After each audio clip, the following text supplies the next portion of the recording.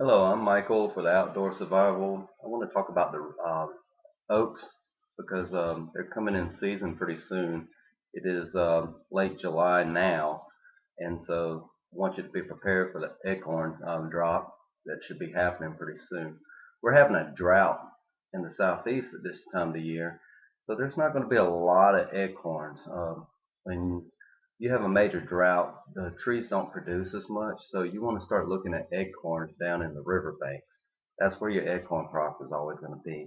And that's where your deer and turkey are normally going to be in a drought. A lot of people think that when there's a good year for acorns, it's easy hunting for deer and turkey. And actually, it's the opposite because the deer don't have to travel as much for their food. They can just go anywhere.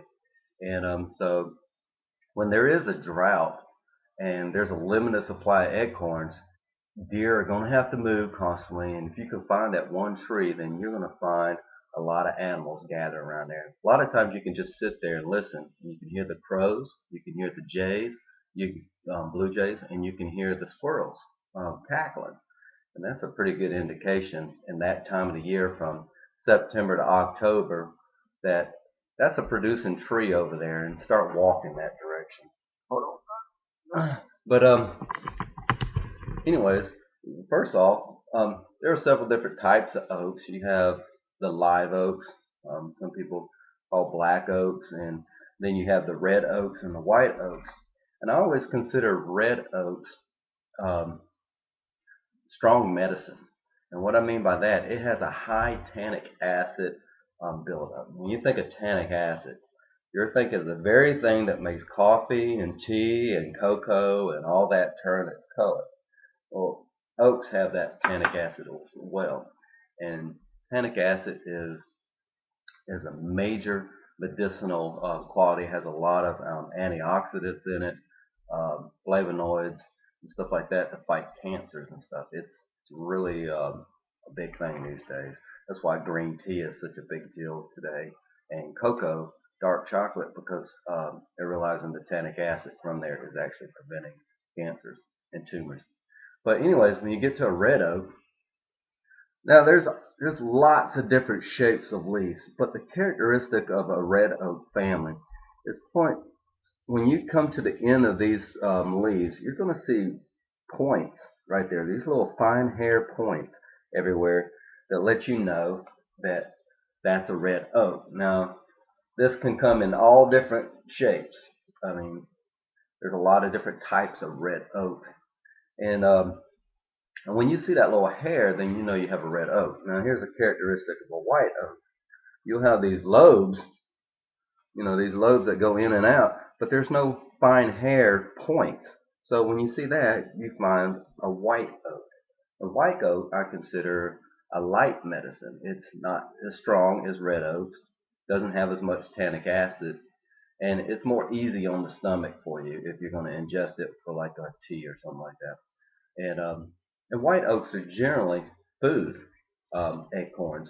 And you can take the acorns from a white oak and almost eat it raw. It doesn't take much to leach the tannic acid out. Red oak, though, on the other hand, may produce a lot of acorns, and they're, a lot of times they're real big acorns, but there's a lot of tannic acid. It takes a lot of time to process those. You think of oak bark, when you come across oak bark, you get the outer bark. Um, White oaks are going to be more shaggy and flaky kind of bark. You can almost just go up there and just rake the bark off the tree. That's a good indication of white oak. Red oaks tend to be really tight woven. I mean, it might have um, patterns, net patterns in the bark, but it is really tight. If you try to go up there and pop it off, it's not going to come off very easily. That's another good indication of red oak. But of course, we all know the acorn. But you think of oak bark, the outer bark of the tree is used for making tannin. You think of coffee, but when you take the top layer of it off and you look, there'll be a red um, substance in there. That's where the tannic acid is, and you can make medicines out of it, teas, coffees, whatever, to make anti-cancer, anti-tumor, poison ivy wash. I always say poison oak always and poison ivy is growing in the area where oaks is, and oak is your cure to the poison ivy and poison oak. I mean, you wash that on your skin, and instantly that's going to stop that reaction. I like to mix it with 90% alcohol and let it sit for like 3 or 4 months to make it look like a tea color. And then anytime you get that poison ivy, you can wash it on, and it's pretty much gone. Um, it draws out the oil in the skin. So it's a good tightening agent, especially like for wounds.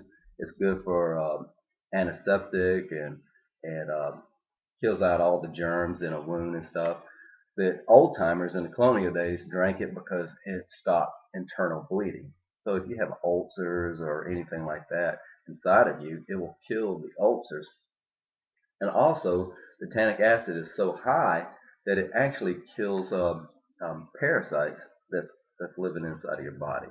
The the oat bark also is good for a mouthwash. You know, tea is another thing that's good for your teeth as well. But oat bark high in tannic acid is good for your mouth and kill any germs. Um,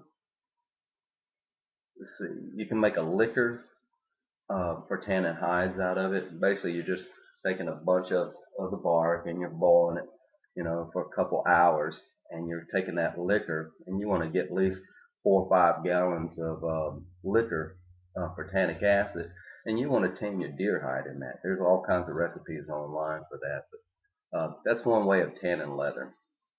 Um, Back in the old days, they used to take the cheese, especially out in France and Italy, they take the cheese and wrap it up in oak leaves, and it would actually bring a flavor to the cheese. So that could be used as a flavoring agent. It also can be used, bigger leaves can be used to actually put food on and cover it up and use like a aluminum foil in the woods. Um, Dig a pit, have some coals inside, a little bit of dirt, throw the leaves all on top like this, and it actually coats the food, but it will impart a tannic taste to the actual food. So a lot of times people won't like to use that. It does not light well. It has a coating on it. It's almost like a fire retardant. So trying to light these leaves when they're green or anything, it's almost impossible. When they're dry, they will light, but it's not the best tinder whatsoever. Um, you can use the leaves as a debris hut. These are great for making debris huts in outdoor survivals.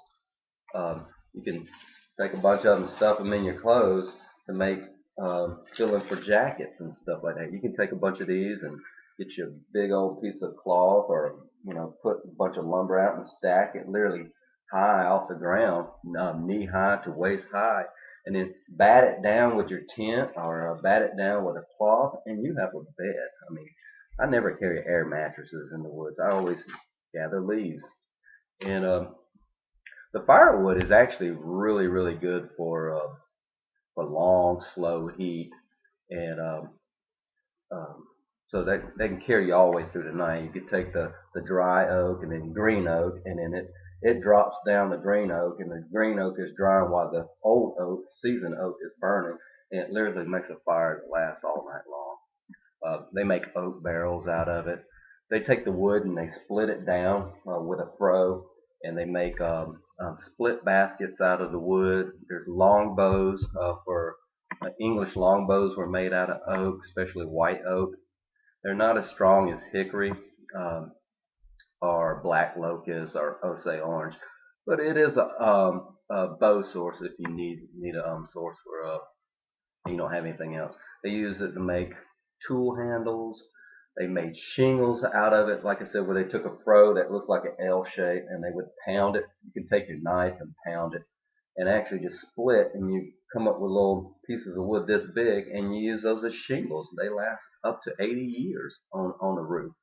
So you can make a shelter with oak shingles, and that shelter's never going anywhere for as long as you are alive. Um, you can take the oak logs and you can chop them down and dig out holes in them, and you can use them as cooking vessels and making all kinds of stuff, clubs, um, you name it. The acorns, um, they're starting to plant a lot of sawtooth oak in the southeast, and you'll see those in like Walmart shopping centers and Philos, I mean, um, um, Home Depot and stuff like that. They'll have a lot of sawtooth oak, and the leaves will actually look like a regular leaf that has saw teeth in it. That's why they call it sawtooth oak. Those acorns are so low in tannic acid, you almost eat those straight in your hand. You know, you can roast them and eat them. Very, very delicious. Um, but to get acorns leached, best thing to do is just take a bunch of acorns, smash it with a big old log. Don't sit there and try to pop them. Just smash it, break it open, and get the meat out that way. But before you do that, you might want to put them in a bucket of water, and any ones that float means that there's bugs in them. And the bugs can be actually eaten as a grub that's actually high in protein if they don't have any legs on them. That's the acorn weevil, and you're able to eat those. But don't eat the ones that have the legs on it. That is a moth. Those aren't edible. But you can take the acorns and you smash them up, and then you can put them in a blender and with a little water and make a slurry and put a pantyhose over it and dump it, or a t-shirt material. Dump the pitcher in there and run it over water until it runs clear. The old days that they used to do the same thing, but what they would do is take it and put it down in a creek, and they would just squeeze out the the tannic acid that way. It almost looks milky in a way, but it's extremely tannic acid, and it will pucker up your lips. Um, but if you want to boil the acorns, that's the old way. It's a lot of work. It's not really worth it. Just if you don't have a blender, just smash it up into a powder. I take rocks and just smash it up, and then put it in a t-shirt and just leach it out that way. Now that works pretty quick. You can use the you can take the acorn flour and mix it with 6 cups of water to 1 cup, and you stir it for like 30 minutes while you're cooking it, and you turn it upside down in a bowl and put it in a bowl and gel it, and turn it upside down and you slice it, and it becomes like Chinese Korean or Korean noodles. Very, very delicious. The Koreans have been eating that for a long time. You can roast it, make a coffee out of it. It's extremely good coffee. It's healthy for you. It's better than coffee for you. You can take the flour and mix it with 50-50 of pancake flour or regular flour to make stuff. It doesn't have enough gluten to set up. So if you do make an ash cake, you're just going to roll in a ball, smash it, and then cook it up on a rock or a pan or something, and it'll crisp up like almost like a cracker, which is actually pretty good. But otherwise, you can just eat it raw if you want to, after you leach out the poison. Tannic acid in high doses is poisonous to your kidneys. It will shut down your kidneys. So you have to be very careful eating too much of it. Um, you can use acorns to feed animals. You can use it to trap animals. Deer, turkey, bear, um, squirrels, jays, crows, they all love acorns. So if you've got a big batch of acorns that you're not going to eat, and you can use those to actually draw animals to a certain area. Squirrels are soon enough in the wintertime are going to start gravitating to your patch of acorns, especially mice and stuff. But if you're going to gather acorns, I would highly recommend gathering at least 1 pound a day for everybody in the group, and at least get 2 years worth, because sometimes acorns don't produce, especially in droughts, and some acorns only produce every 2 years. So gather as much as you can. I would gather 700, 800 pounds to 1,000 pounds just for myself a year. And that way I know I have enough. There's going to be loss in between bad weather, getting to your acorns or whatever.